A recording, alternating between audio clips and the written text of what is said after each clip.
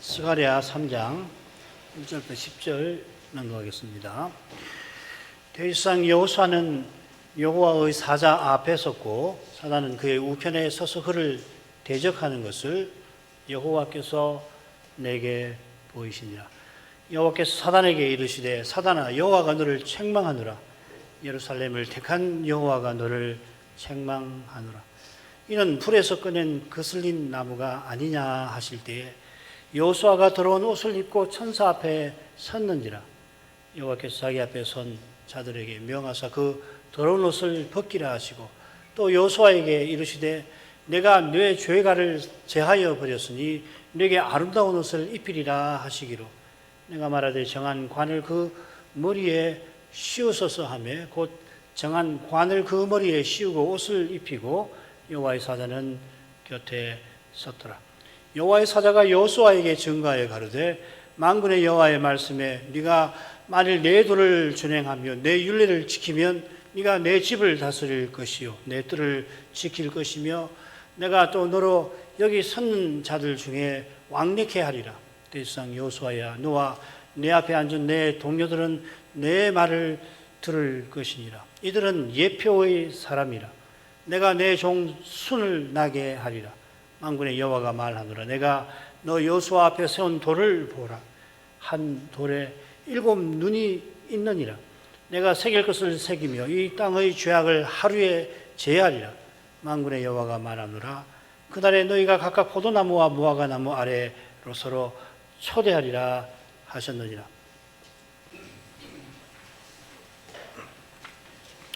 오늘은 스가랴 선지자가 밤중에 본 이상 중 넷째 이상을 살피게 됩니다. 이번에는 여호와께서 내게 보이셨다 이렇게 시작됩니다.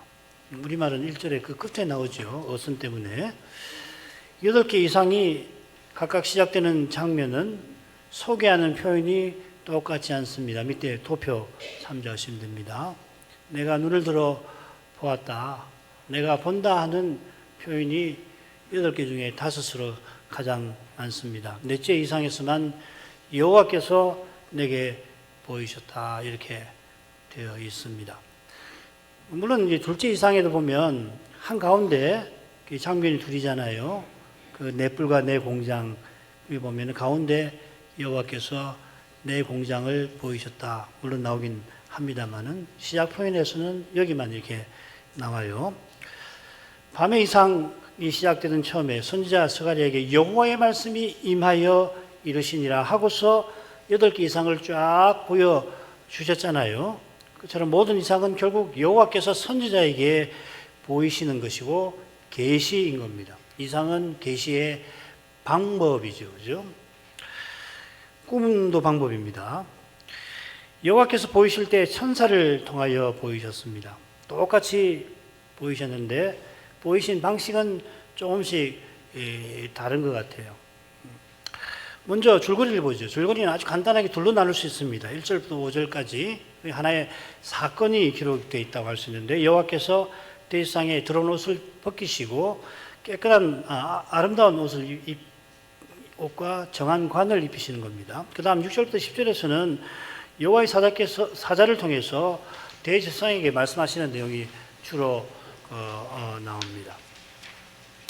말씀드린 대로 첫째 부분은 대지상 여호수아가 더러운 옷을 입었는데 여호와께서 그 옷을 벗기시고 아름다운 옷을 입혀주십니다.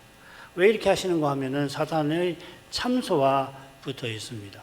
여호와께서 참사하는 사탄을 책망하시고 친히 여호수아의 죄가를 제하시는 까닭에 여호수아가 아름다운 옷을 입게 된 것입니다.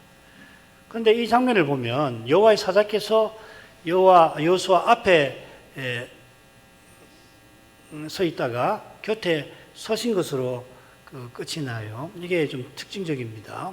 둘째 부분에서는 여호와의 사자께서 여호수아에게 여호와의 말씀을 일러주십니다. 여호수아에게 명령하시고 여호수아와 그의 동료에게 또 명령하십니다. 그런데 특별히 이 부분에서는 이 내종 순 그리고 7 눈을 가진 돌에 관해서 말씀을 하신단 말이에요. 이게 메시아와 성신에 관한 예언인데요. 이게 아주 특징적인 내용이 됩니다. 물론 첫 번째 1절에서 5절에도 이것을 가리키는 내용이 나올 겁니다. 자, 먼저 첫째 부분으로 가죠. 다섯으로 나눠볼게요. 1절은 여호수아가 여호와의 사자 앞에 서 있고 사단은 그의 우편에서 그를 고소하는 장면이 나옵니다. 그러자 여호와 하나님이 사단을 책망을 하십니다. 2절. 3절에서는 여호수아가 더러운 옷을 입고서 여호와의 사자 앞에 서 있다라고 하는 내용이 나오고요. 다시 4절부터 5절 상반절까지에서는 여호와께서 천사들에게 명령하십니다. 아름다운 옷을 입히라. 그리고 스가랴의 청을 듣고 관을 쓰게 해주시는 장면입니다. 그리고 맨 마지막 5절 하반절에서는 여호와의 사자께서 곁에 서 계셨다. 이렇게 첫째 장면이 끝납니다. 그러니까 둘째와 넷째 부분에서는 여호와께서 사단에게 책망하시는 말씀, 천사들에게 명령하시는 말씀이 주로 이렇게 대조해서 나옵니다. 이게 둘째, 넷째니까 감사는 첫째, 셋째, 다섯째 부분에서는 여호수아 여호와의 사자의 위치와 관련된 사건이 기록이 되었습니다. 처음에는 여호수아가 여호와의 사자 앞에 서 있는데 1절, 3절, 마지막에는 여호와의 사자께서 곁에 서 계신다 이렇게 되어 있죠, 그죠? 자, 이런 정도로 해서 일단 내용으로 참조해서 내용으로 가보죠. 1절, 대지상 여호수아는 여호와의 사자 앞에 섰고 사단은 그의 우편에 서서 그를 대적하는 것을 여호와께서 내게 보이시니라.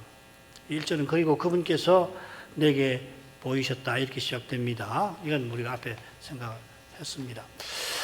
여호와께서 스가랴에게 보이신 이상 장면은 대지상 여호수아, 이 여호수아는 그 스가랴 시대의 대지상이죠, 그죠? 포로에서 돌아온 스룹바벨과 함께 백성을 이끌고 돌아온 지도자, 특별히 대지상입니다. 그 다음에 여호와의 사자, 사단이 등장합니다. 여호수아가 대지상이 여호와의 사자 앞에 서 있고 이 사단이 여호수아를 대적하려고 그의 우편에 서 있습니다. 그러니까 사단도 여호수아와 함께 앞에 여호와의 사자 앞에 서 있는 장면이죠, 그죠? 머릿속에 한번 위치를 그려보시면 됩니다. 사단이 여호와의 사자 앞에 선 것은 여호수아를 대적하기 위함이라 하였습니다. 이 대적한다는 낱말이 사탄 이렇게 읽습니다.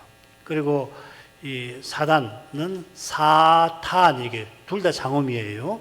동사는 앞에를 길게 읽고 뒤를 짧게 했습니다. 사탄이고 그 다음에 명사는 사탄 이렇게 읽습니다. 그러니까 동사에서 명사가 나온 거죠, 그죠? 그러면 대적하는 행위가 뭔가 이걸 우리 시편에 나오는 한 말씀, 이 동사가 구약에 10번도 안 나오는데 시편을 한번 보겠습니다. 시편 38편 20절입니다. 또 악으로 선을 갚는 자들이 내가 선을 젓는 연고로 나를 대적하나이다. 이 대적이란 말이 사탄입니다. 시인이 선을 젓는다고 해서 그를 미워하고 도리어 악으로 갚는 것. 미워하는 데서 끝나는 게 아니라 악으로 해코지하는 거죠, 그렇죠? 목숨을 노리거나 비난하고 하는 거겠죠. 이게 대적하는 겁니다. 자, 이런 대적이 단연 사탄에게 해당하겠죠. 이런 뜻에서 사탄은 그 악한 자라 불릴만 합니다. 이름이 그 악한 자예요. 선을 좇는 것이 미워서 악으로 갚는 이들은 결국 하나님의 뜻을 반대하고 허물려고 하는 자들이고 그 악한 자에게 속한 자들이겠죠. 이런 자들 중에 이제 그의 앞잡이, 그 일꾼 있는데 그 일꾼을 아들이라고 그러잖아요. 네 아비 마귀라고 이야기하고 혹은 뱀의 자손, 후손이죠, 그죠? 예수님이 독사의 자식들아 할 때 뱀의 자식들, 그러니까 사탄의 일꾼들을 이야기하는 거거든요. 배도자들 특별히 가리키는 겁니다. 사탄이 욥을 참수하여 욥도로 하나님을 떠나게 하려는 것만큼이나 악한 일은, 아니 그보다 더 악한 일이 하나 있는데 그가 자기 아들들을, 자기 일꾼들을 이용해서 예수님을 십자가에 넘겨주려 한 일뿐일 겁니다. 욥이 정직하고 순전해서 악에서 떠난 사람인데 그런 그 의인을 사탄이 참소했죠. 이건 순전히 하나님에 대한 적대감에서 하나님을 사랑하는 욥에 대한 미움에서 나온 것입니다. 이 미움, 이건 정말 악한 미움이죠, 그죠? 순전한 욥을 참소한 사단이니 부정한 옷을 입은 여호수아는 뭐 말할 나위가 없겠죠. 사단의 참소는 오직 십자가 지신 예수님의 승천으로 무력하게 되고 그게 계시록 12장의 핵심 주제죠. 그런데도 이 무력해져서 하늘에 쫓겨난 이 사탄이 그런데도 악한 욕망에 휩싸여서 불못에 들어가기 전까지는 그리스도와 교회를 대적하지 않습니까? 그래서 그 악한 자인 거예요. 여호와의 사자 앞에서 사단이 여호수아를 대적하는 것은 여호와의 사자께서 심판장이심을 가리킵니다. 여호와의 사자는 여호와와 구분되시는 동시에 하나, 그분과 하나이신 하나님이시죠. 사단이 오른편에 있다는 것은 고소하는 역할을 가리키는 것 같고 시편 109편 6절에서 참조할 수 있습니다. 2절로 가겠습니다. 여호와께서 사단에게 이르시되 사단은 여호와가 너를 책망하느라 예루살렘을 택한 여호와가 너를 책망하느라 이는 불에서 꺼낸 거슬린 나무가 아니냐 하실 때 여호와께서 사단에게 거듭 내가 너를 책망한다 하십니다. 책망하신 이유는 뭐냐면 그가 여호수아를 대적하는 데 있겠지요. 그리고 아울러 책망하는 근거는 이 여호와께서 예루살렘을 택하신 데 있습니다. 자, 이런 내용에 비춰서 불에서 꺼낸 거슬린 나무의 의미를 우리는 생각하게 될 겁니다. 여호와께서 자기를 예루살렘을 택한 여호와라 부르십니다. 여호와께서 첫째, 셋째 이상에서 다시 예루살렘을 택하실 거라 이 약속을 거듭하셨죠. 이 약속은 그저 무너져 있는 예루살렘을 중건할 일에 관한 것만 아니라 궁극적으로는 열방이 하나님의 백성 되는 장래에 관한 새 예루살렘에 관한 예언인 것입니다.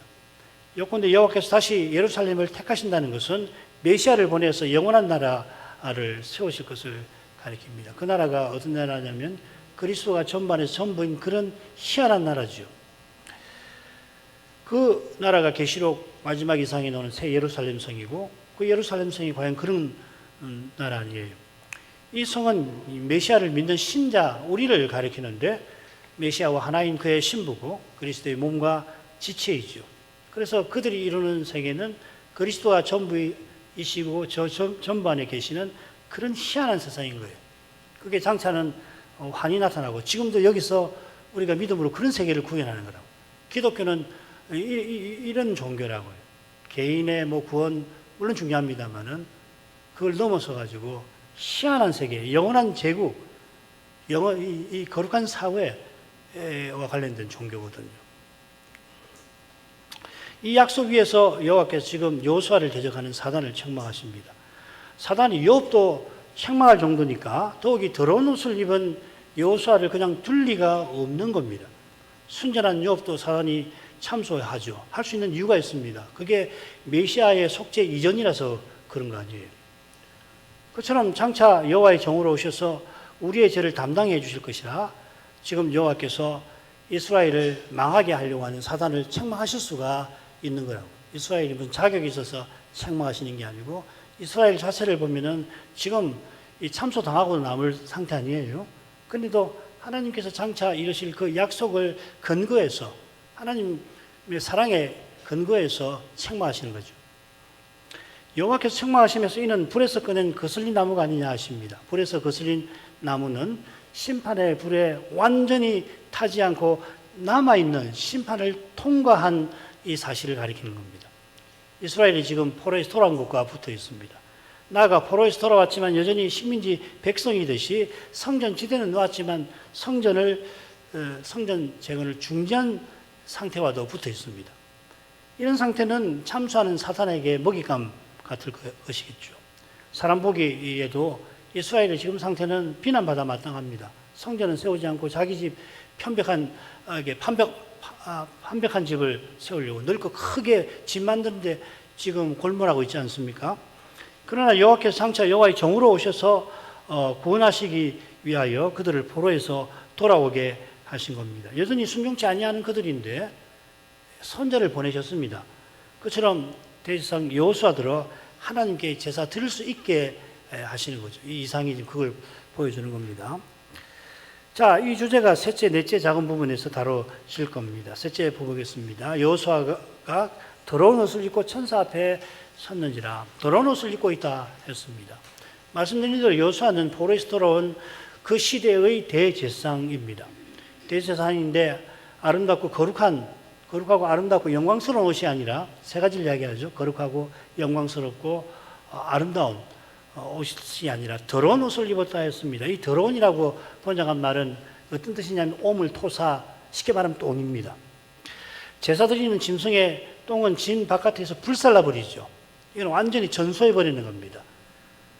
제사의 마지막 단계에서 불사른다 할 때는 그게 전소하는 게 아니에요. 연기로 바꾼다는 말입니다. 그걸 번역을 불살라 이렇게 해서 다 태워버린다고 생각하지만 연기로 바꿈입니다. 그게 카타르란 말인데, 그게 짐승의 똥은 완전히 없어요. 이게 불태워서 사라져버리게 하는 겁니다. 그게 헤렘 심판하고 비슷한 겁니다. 그처럼 말라기 선자는 여호와께서 거역하는 제사장들을 저주하실 텐데 어떤 식으로 표현하냐면 그들의 얼굴에 절기 희생의 똥을 발라서 그것과 함께 제하여 버림을 당하리라고 경고하는 겁니다. 희생의 똥을 불태워서 완전히 없애버리잖아요. 헤렘 심판하듯이 그렇게 심판하시겠다고 저주하는 무서운 저주이죠. 그런 오물로 들어오진 옷을 지금 여호수아가 입고 있습니다. 도무지 제사 드릴 수 없는 상태입니다. 사탄이 고소하고도 남을 만한 상태입니다. 그런 그가 천사 앞에 중요한 말이 빠졌습니다. 그 천사입니다. 여호와의 사자 앞에 서 있는 겁니다. 이게 천사나 여호와의 사자 할 때 똑같은 말이거든요. 마라크라는 말인데 똑같은 히브리 말을 천사라고도 하고 그 다음에 사자라고도 쓰고, 그 천사 할 때 사자가 부릴 사자 아니에요, 그죠? 그 다음에 사자도 이 부리는 종, 심부름 보내는 종 할 때 그 사자이잖아요. 그래서 천사나 사자나 결국 같은 말인데 여기 그 천사는 여호와의 사자이십니다. 이는 1절과 같은 장면 같습니다만은 사탄이 여호와의 책망을 받고 필연 사라진 장면인 겁니다. 여호와께서 예루살렘을 택하실 그 약속을 이루시기 위한 장면인 셈입니다. 그 다음으로 가죠. 4절, 5절 상반절. 여호와께서 자기 앞에 선 사들에게 명하사 그 더러운 옷을 벗기라 하시고 또 여호수아에게 이르시되 내가 네 죄가를 제하여 버렸으니 네게 아름다운 옷을 입히리라 하시기로 내가 말하되 정한관을 그 머리에 씌우소서 하며 곧 정한관을 그 머리에 씌우며 옷을 입히고. 이 여호와께서 자기 앞에 선 자들에게 명하시는데 그들은 하나님 앞에 모셔선 천사들입니다. 천상의전에서 여호와께서 천사들에게 지시하시는 겁니다. 그러니까 스가랴 선자 앞에 지금 이상이 펼쳐져 있는 거죠. 이상을 보고 있는 겁니다. 희한한 현상 상태로 들어가 있는 겁니다. 그 들어온 옷을 그에게서 벗기라 명하십니다. 이 명령에 담긴 의미가 무엇인지 여호수아에게 하신 말씀에 나옵니다. 내가 너의 죄가를 제하여 버렸다. 아본이란 말인데요. 스가랴에 2번, 소선지서에 15번, 그런데 아모스에만 11번, 15번 중에 11번이 아모스에 나옵니다. 우리 아모스 공부했잖아요. 그죠? 이 낱말이 11번 나오는데 10번은 뭘 가리키냐면 이 죄라는 게 이스라엘이 포로 잡혀가는 이유로서 이 언급이 됩니다. 아본이라는 말을 쓸 때는. 나머지 한 번은 이스라엘이 그 죄에서 회개할 때 하나님 돌이키신다는 말할 때 나오는 겁니다.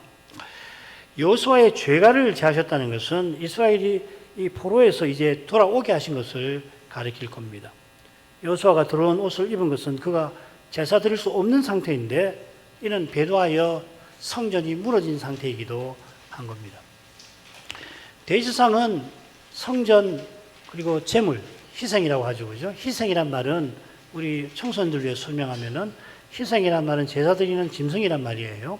희생당한다, 희생한다는 그 말하고 한자가 같죠. 같은데 뜻은 달라요.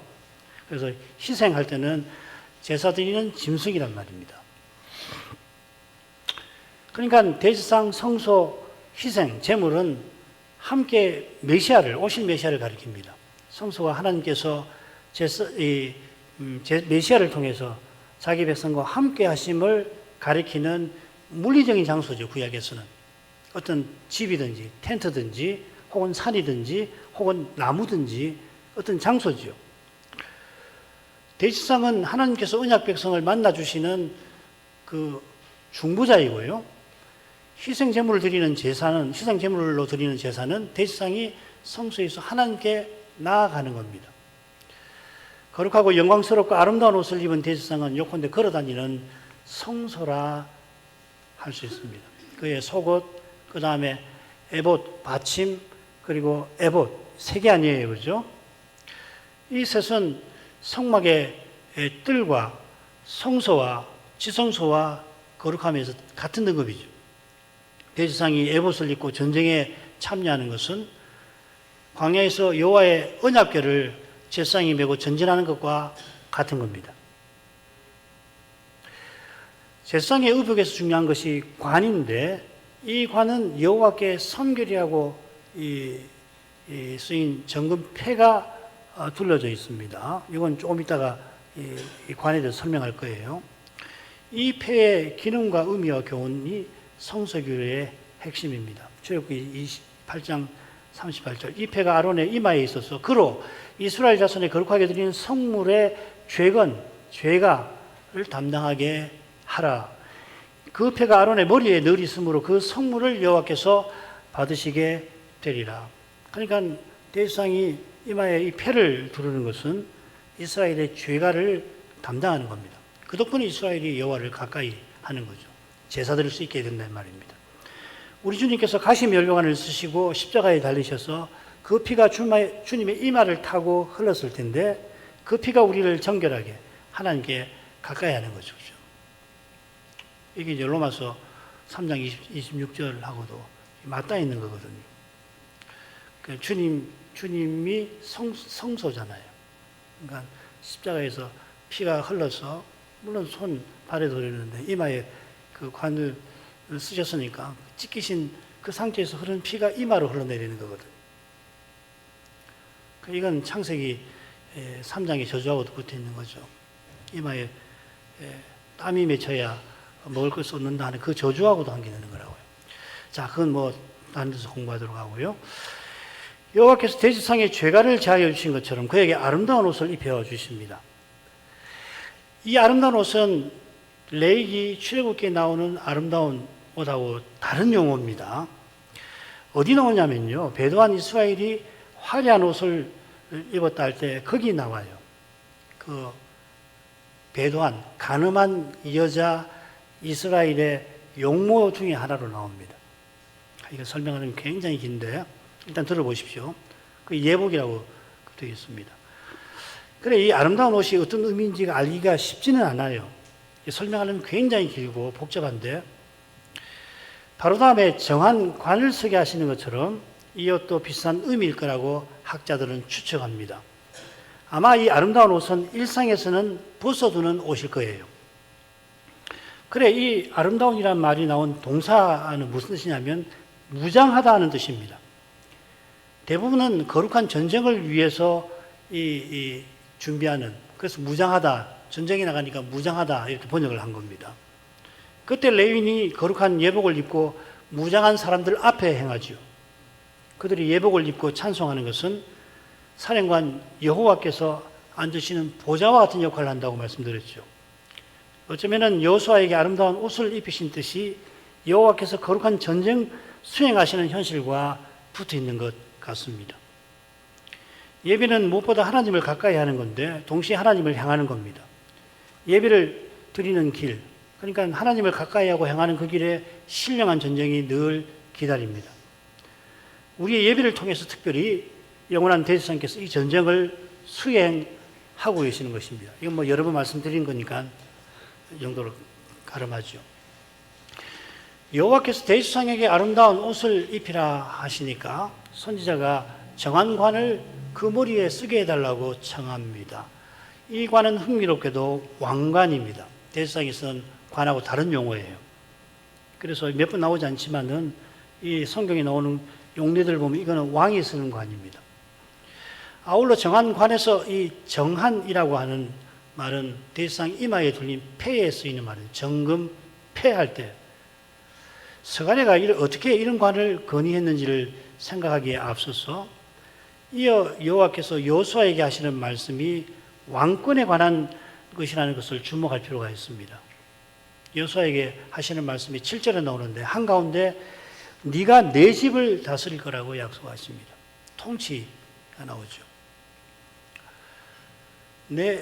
여호수아가 순종하면 내 집을 다스릴 거다. 거기 보면 내 종 순이 나오는데 오실 메시아를 가리키고 다윗의 후손이죠. 오실 메시아가 다윗의 후손이고 영원한 대제사장이신 이 진리가 거룩한 계시의 역사에서 이번에 처음 나오는 거 아니죠. 다윗의 시에도 나왔습니다. 시편 110편 1절 4절.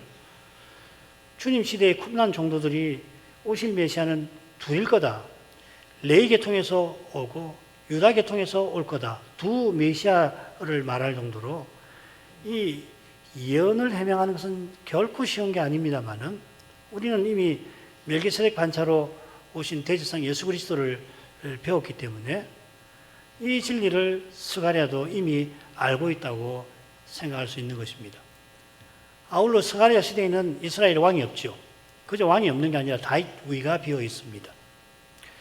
사람의 눈에는 다윗 같은 왕이 이보다 절실한 시대도 없습니다. 요컨대 스가랴가 정한 관을 말할 때 스룹바벨 총독의 다스림을 무시하는 건 아닙니다. 사사시대에 이스라엘이 거룩한 백성으로 서나갈 길이 오직 제사장 나라답게 존립하는 데서 열렸듯이 그때 왕 없었잖아요. 여호와께서 왕이신데 여호와의 그 통치가 나타나기 위해서 제사장다운 삶을 거룩한 나라로 서나가서야 해야 되는 거거든요. 그게 무너지니까는 이스라엘이 계속해서 침략당하고 정복당하고 그러잖아요. 스가랴는 여호수아 대제사장이 아름다운 옷을 입고 제사를 바로 드릴 때에 이스라엘이 비록 식민지 백성이지만 세상 임금이 아니라 만왕의 왕을 참으로 섬기며 살기를 바랐을 겁니다. 이 소망은 궁극적으로 메시아 왕을 바라는 겁니다. 왕이신 메시아께서 대제사장 나실 그날을 바라보는 겁니다. 5절 하반절 여호와의 사자는 곁에 섰더라. 천사들이 관을 씌우고 옷을 입혔는데 그때 여호와의 사자께서 곁에 서 계셨습니다. 곁에라는 말은 색에 넣은 표현입니다. 정확하게 누구 옆에 서 계신다는 말 아니고 그냥 여호와의 사자가 서 계셨다 이렇게 되어 있습니다. 1절에 여호와의 사자 앞에 대제사장과 사단이 서 있었죠. 여호와의 사자께서 앉아 계셨는지 1절에서 3절 1절에서 앉아 계셨는지 서 계셨는지 단정하기는 힘듭니다. 여호와의 사자께서 사단의 고소를 받으셨지만은 결국 여호와께서 여호수아를 정결하게 하셨습니다. 여호와의 사자께서 서셨다라고 하는 것은 참수하는 사단에게 승리하시는 것을 보여주는 것 같습니다. 아울러 이 사자께서 이제 선지자에게 메시아에 관한 교훈을 베풀어 주려 하신 것 같습니다. 두 번째 부분으로 가죠. 6절은 도입부입니다. 그리고 셋으로 내용을 나눌 수 있습니다. 7절 여호와께 여호수아가 순종하면 여호와의 집을 다스리게 할 거다 하는 약속이고요. 그 다음 8절 9절 상반절은 예표의 사람들과 내종 순 7눈을 가진 눈이 있는 돌에 관한 신비한 내용이 나와요. 그 다음 9절 하반절부터 10절에서는 여호와께서 제약을 제하시고 장차 평안하게 하실 거다 이렇게 되어 있습니다. 가운데 의미심장한 예언이 나옵니다. 내 종 순 7눈의 돌은 다윗의 손과 이 메시아와 하나 되실 성신에 관한 예언입니다.